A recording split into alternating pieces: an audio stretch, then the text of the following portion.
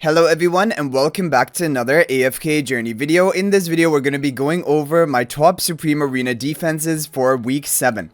So in the Supreme points we're up to 890. We have gotten our 3-star frame thankfully, and we're on track to getting the 4-star frame. This is on my main account, but most likely we're not going to be able to get the 5-star frame because you do have to finish in the top 5, like I would say 30 to 40% of the time, which we're not managing to do that because of the competitiveness of my district. Okay, so team number 1 is going to be very similar to the team that I showed you in the previous week set formations, and by the way, the formation ID will be in the lower left hand corner. This is the Tassi Stroll team with Bonnie. I think this is a great option. It allows Tassi the potential to solo at the end after you maximize the stacks of Bonnie's debuffs onto the opponents, and the longer Tassi is alive, the more value you get from Bonnie's debuffs because they're going to be ticking damage per second even if Bonnie has already been defeated. You're going to have Haven here because she is going to protect your team, damage reduction, and healing, and she has a very important charm effect which will give her the survivability. This is a reason she's really effective in Supreme Arena this season, because she becomes invincible and unaffected for 4 seconds when her HP drops below 30%. So I'm not even, for example, soul pacting her. I don't even think I need to do that. However, if you're finding that your Haven is dying, you can try Thorin soul pacting the Haven. It would be better protection for her, but I'm going kind of all out protecting the Tassi and also getting like the soul pack value off of that. Okay, and this is going to be with the Surging spell. This is a very good artifact for stall-oriented teams. It will periodically give shielding and damage to the opponent. This is one of the best PvP artifacts in the game. It's just Storm Strike and Surging. These are the top 2 PvP artifacts. You definitely want to be running both of them. And usually Surging is best for stall teams, and Storm Strike is best for nuke teams. But yeah, overall very strong team. The core of it is Bonnie and Tassi together. If you don't have both of these heroes built up, I wouldn't recommend running this team. And then Thorin is just like an added tank in the team, and then you want to have 3 Wilder heroes, which are difficult to remove from the field, because this is the other thing about the Wilder faction talent. A really important factor is that if your prime carrier, look, this point right here, each time a non-summon ally is defeated, the concealed state duration is reduced by 3 seconds. So if, for example, I had heroes which are easy to kill off the tile, once they get defeated, your concealed state is reduced by 3 seconds onto your heroes on the tiles in the back. And that is important. You don't want that to happen, and that is why you want heroes which are sticky. Like Damien can never actually be destroyed. Thorin, like, good luck trying to kill him. And Haywin, in the past, she would be easier to target, and then you would soul pact her, but here, because she has her charms, she is not even going to be easy to kill, and usually she can guarantee get 1 ultimate off. But this is a great comp. It did very well for me in the previous week, and we're running it again. Even though my Bonnie is not very well upgraded, my Tassi is now Paragon 2. I've completely invested into her plus 25 exclusive equipment. Tassi is such a great carry for PvP, one of my most recommended heroes for it, and that's why we're going all in on her from the season store. Bonnie I need to upgrade, but we don't have her available in the season store, but I want to Paragon her. Yeah, that would be very important for my account. Okay, team number 2 is going to be the Iron Nuke team. You guys have seen it before. Very overall solid team. Of course, it is counterable by if the opponent has Dunlinger, other things like that. However, on this main account that I have, I just cannot counter everything, so I have to put up my best possible teams and hope that they're good enough. So this is overall a very solid team. It's just a little bit weak in Supreme Arena because, like we mentioned, people can run Dunlinger, or they can run like Wilder tiles in a team, which is not easy to actually nuke with Iron, but I'm still going for it. So Iron will try to immobilize them, Arden will prolong the duration of the debuffs, and you're going to have Neo Charm and Almost Charms onto your damage deals in the back. Arden, with the Overcharge spell, is going to cycle his crowd control, and Odie is going to hit really hard. My Odie is highly upgraded, as you can see, Paragon 3. But otherwise, if you don't, Elsa is a really good option here. Arguably even better than Odie. However, you need to have her highly upgraded, and I only have her Supreme Plus on my main account, so I don't want to run her here. I don't think it's worth it. I think the Odie is better. So yeah, that is basically the team comp.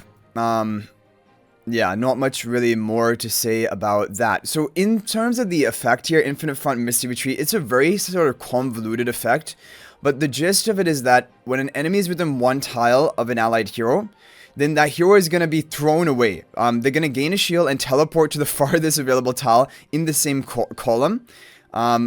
and it will be on their side of the battlefield. After teleporting, they become immobilized for 1 second. This Misty Retreat effect triggers once every 6 seconds. So for example, like if some enemy runs up to my Almas over here and they come to this tile, then they're going to be thrown away as far as they can into this column. So either one of these two tiles, depending on if it's already blocked or not, if it like it's heroes on it or not. And then they're going to be immobilized for 1 second, gaining a shield. It's weird, but basically how I think about it is just like try to run range damage dealers here. That's probably the best. And they're going to have a little bit of added protection because if anyone makes it to melee range, they're going to be thrown away. That's basically it. But I'm not really thinking about it too much when I plan this team. I like Iron on this map because you're easily able to group up pretty much everyone. Because when you look at this map here, it's really difficult to like, you know, place... spread apart to not allow Iron to ultimate everyone, and so that's why I like this map. Okay, now we have this final map. This is a final map where Iron gets the least effectiveness because you can completely spread out. It's difficult for the opponent to actually Iron group up all of your team together. It's actually impossible. So what I'm planning to run for this week, as you guys can see, for the first time I'm running a Hypogean Celestial team. Just because I want to give it a try, but I do have an alternate formation using Maulers on this team 3. In case this team is not working, I'll switch to that. So I'll show you guys that as well, but first let's just talk through this. So I think Foresters can be decent on this map. They're on the same tile to gain that bonus tankiness at the beginning of the match, but I can't get any Crimson contract value in this position, but I'm fine with it. We're going to have on the buff tiles, we're going to have Scarlita and Tailene. I think probably a lot of people don't have Scarlita. Then you can try a different Hypogean Celestial here. But it would have to be either, I don't know, Harak or maybe Cryonaya. And even then, I don't really think this is like, this is pretty well suited to this sort of comp because I have heroes who are on the Prime Carrier tiles who are like, they're not at a risk of dying. They don't need added support. And so it will work fine. But if you need a hero like Cryonaya, Diurnal, Harak, a hero which needs more support, it probably is not a recommended idea to try this exact team and just swap on the tile. You need to have some more protection for that hero. But for this team, it's going to be fine. So Lily May will immediately go for Rainstorm Valet. I have the two Frelsers on the opposite sides. If the enemy tries to Iron me, they're not going to get much done. Like, Ludo will be unaffected. All they can do is really drag in the Tailene and maybe the Frester illusion. That's pretty much going to be it. From the beginning of the match, we're going to have the Ludovic healing. That should help the Tailene and hopefully keep himself alive. In this position, the Frester should be tanking most of the aggro, which is important. Ludovic healing is going to be awkward. Like, to heal up the Frestos, that's going to be the tough part because they're on opposite sides of the map. But hopefully the Scarlita shields are going to be good enough. Lily May burst damage. We have the Tailene. Tailene and Scarlita will both start with additional energy because of the Hypogean Celestial buff tiles. And they're going to basically get off their first ultimate faster. After a certain number of ultimates, they're going to increase in their stats, attack, and health. And hopefully by the time Scarlita comes down, you have enough surviving allies. I'm hoping that Lily May, Tailene will definitely be alive, but Lily May, Fresto, and yeah, Tailene, hopefully those heroes can be alive at least, maybe even the Ludovic, and then Scarlita can descend and start smashing. So I'm going to try this team. We have the Storm Strike spell, which is the nuking artifact, because this team, I mean, you could even go for Surging here, because you do have Scarlita, you have healing, you could go for more of a stall strategy, but out of the 3 teams I'm running, this is the most nuking that I have, other than Arden, but like the Arden Iron team, I'm using Overcharge. So here, I'm going to go for the Storm Strike spell, trying to get some more nuking factor. And we have the Tailene Pyre of Renewal onto Lily May. So I think this is a decent team. I'm going to have to see how it does. Now, guys, I'm going to show you the alternate formation. So this is going to be the Mauler team. Basically, on the buff tiles will be Shakira and Lily May. And you're going to have Coco giving the charm bonus onto Shakira. And then finally, we are going to have Brutus in the back. Yeah, I think actually I will have Brutus over here because I'm a little bit worried. Like if someone puts Vala, maybe they can mark Coco. I don't want them to do that. So maybe Brutus on the left side will be better for that. That was the only reason I was thinking right side is because then Iron is going to loop in maybe these two. If I have him on the left, then all 3 will get looped in by the Iron. So like there's basically arguments of both. I don't know. I'll go for this one and let's see what happens. I think hardly anyone really runs Vala these days anymore. So the idea is Brutus is going to take any Graveborn faction talents, Sylvina jumping, if they have what else? Bonnie debuff. That is the plan. Lily May will deal damage burst at the beginning. Shakira will be able to ult pretty quickly. And Tailene is just going to tank. Tailene is like a good pseudo tank.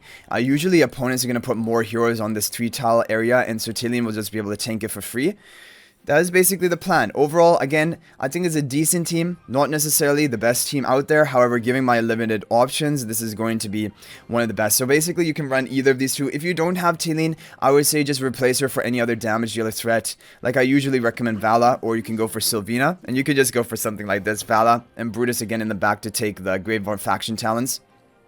I think that would be fine.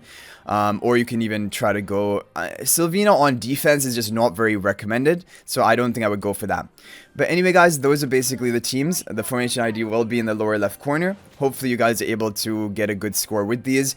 Now we're going to move on to the pay-to-win teams. Okay, guys, as for the pay-to-win teams, we're going to have... Team number 1 is going to be the Harak Graveborn Nuke team with Lightforge artifact onto Harak to give him unaffected. I have the Dunlinger in here as well because this team was doing the best for me. Basically, the idea behind it is that if the opponent goes for any ultimate oriented strategy, whether it be Iron, Siren, even Cryonaya boosting energy, it is not going to work very effectively because Dunlinger is going to prevent them from casting ultimate, and hopefully that buys me enough time for me to get kills and get the Harak going. So Sylvina will be jumping onto that hero in the back, and she is on the hidden tiles, which will be an even more added element of surprise, hopefully being able to get a kill. And then Harak will hopefully be able to get a kill or assist along with the Sylvina burst and the Graveborn faction talent nuking. So I did use this team a lot in the previous week and it did really well for me. It was unbreakable when I tried running it. There are definitely going to be ways to deal with it. However, I think overall it is a solid team. You don't have to run Dunlinger as the final option here if you don't have him. I just thought it made the most sense because it would make my team the most immune to Iron nukes, because that was my idea behind all the 3 teams I'm running. I don't want any of them to be that susceptible to Iron offense, because that is a very common offense people run. So that was basically my strategy. But definitely you don't have to go for Dunlinger. I don't know necessarily what would be the best other option to run here. It could just even be Siren, to be honest. Siren I think would be really good because he would deny the artifact of the opponent, giving your Graveborn nuke team even more like potential. I do like that. And maybe you could have Siren in this position or even on the hidden tile like where Dunlinger is. But you do want him to be protected, so I would probably put him in the back. Anyway, that is basically my team number 1. I have good hopes for it. Let's move on to team number 2. So team number 2 is my weakest team. Basically, it is a diagonal nuking team with the wild faction talents, but it has a very specific team idea in mind, which is again that we want our allies who are off the tile to survive as long as possible, because that will maximize the duration that my prime carriers can remain with the concealed state. Because if, for example, like I did, like in the previous week, what I was doing is I was running something like Iron rather than Ulmus. Now the thing is, Iron is a lot more easy for the opponent to kill compared to Ulmus, because Ulmus has his passive of his ultimate that when he takes like below 30% health, he becomes untargetable. He jumps into the back, like aggro goes off of him, and basically he is just going to be more difficult to kill, and that is going to prolong the duration of concealed effect onto my allies. The other thing is Ulmus provides a very good charm effect onto Diurnal to boost Diurnal's damage. And then finally, if you're running Iron on defense and there's no hidden tile, you're just asking for the opponent to bring Lilymir or Dunlinger and then just counter your Iron completely. The reason I was thinking about it is because my Iron, like on this account, you want to go for Paragon upgrades, right? However, I still think that even Paragon 2 Ulmus is going to do better than Paragon 4 Iron in this exact team, because it has a lot more like synergy and with this team idea. I have Lorison on the tile in the back. I'm going to try Lorison. It definitely has a good like synergy with Diurnal for the nuking strategy, putting that chain to further like burst the opponents. We have the Storm Strike spell. We're going all out here with the Lilymir as well. However, I think another great option which I've tried in the previous week was Lenya. I used Lenya a lot, and it was working just fine. Basically, it was also very difficult to defeat. So if Lorison is failing, I will try Lenya to see if that is better. Lenya has more bursts of her own, but Lorison has a more supportive role, increasing the burst of your team, and also a good healing amount, which can be useful because we otherwise don't have healers on the team. We just have Scarlia. So Scarlia is not a good hero. However, in this wilder concept, she works well because she is not killable. So basically, Lilymir goes untargetable.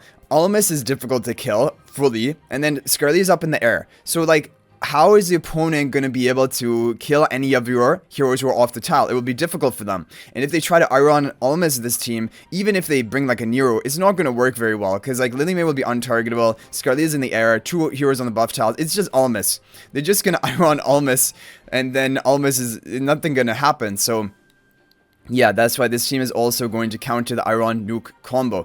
I'm happy with this team. I have Lily May in this position because I was thinking that in this position, she's most likely to hit like a backline target as compared to frontline. If I have her like over here, definitely she's going to be hitting the frontline tanks. If she's on this side, I think she does prioritize the hero who is closest to her, and that's what my plan is. But yeah. You guys can let me know if there's a different priority for, like, how Lily May chooses who to attack.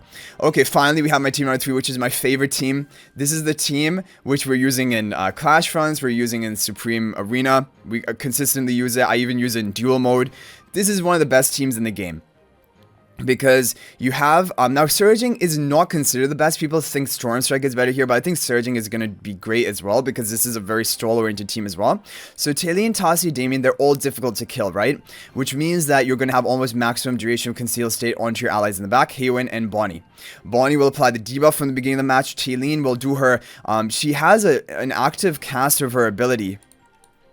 Yeah, this Radiant Resurgence, it has a 0 initial cooldown. This deals AoE damage, and this can help spread the damage of the Aging Magic debuff of Bonnie rapidly. And so that has great synergy. Haywin is going to be protected on the tile. She'll be able to guaranteed get off her ultimate. And then we have Damien, huge charm bonus to give like a massive shield and also like damage, the energy on hit. And also causing your first ultimate cast to stun all enemies for 3 seconds. So that is basically, yeah, that is a really good charm effect onto the Tassi. Now Tassi is going to be tanking aggro of the opponent, which is fine because she has multiple procs of invincibility.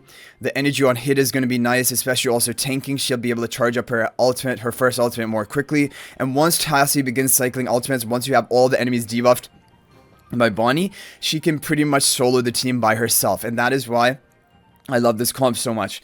Now, you might be thinking, okay, stall teams, they can just be broken by Cryonia. Cryonia can break the Taliyah, counters Taliyah, and then once Bonnie and Haywin's concealed event ends, then she can kill those two as well.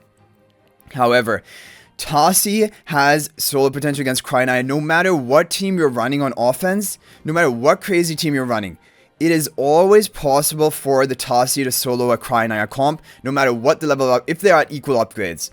So like, this is a full Paragon 4 team. Even if you come out with a Paragon 4 Cryonia team, there is no 100% team I've seen so far, which is going to guaranteed not lose to Tassi in the end. Because Tassi always has a solo potential. Cryonia's execution cannot actually execute the Tassi unless her invincibility procs have been used up. Or like, there's a perfect like sort of damage amount that doesn't proc invincibility but does get in the execution threshold. Otherwise it's not going to happen. So Tassi always has that solo potential, and that's why I love this team. Tassi is like a main faction hero which can slay the beasts, basically slay the Hypergean Celestial top tier units, right?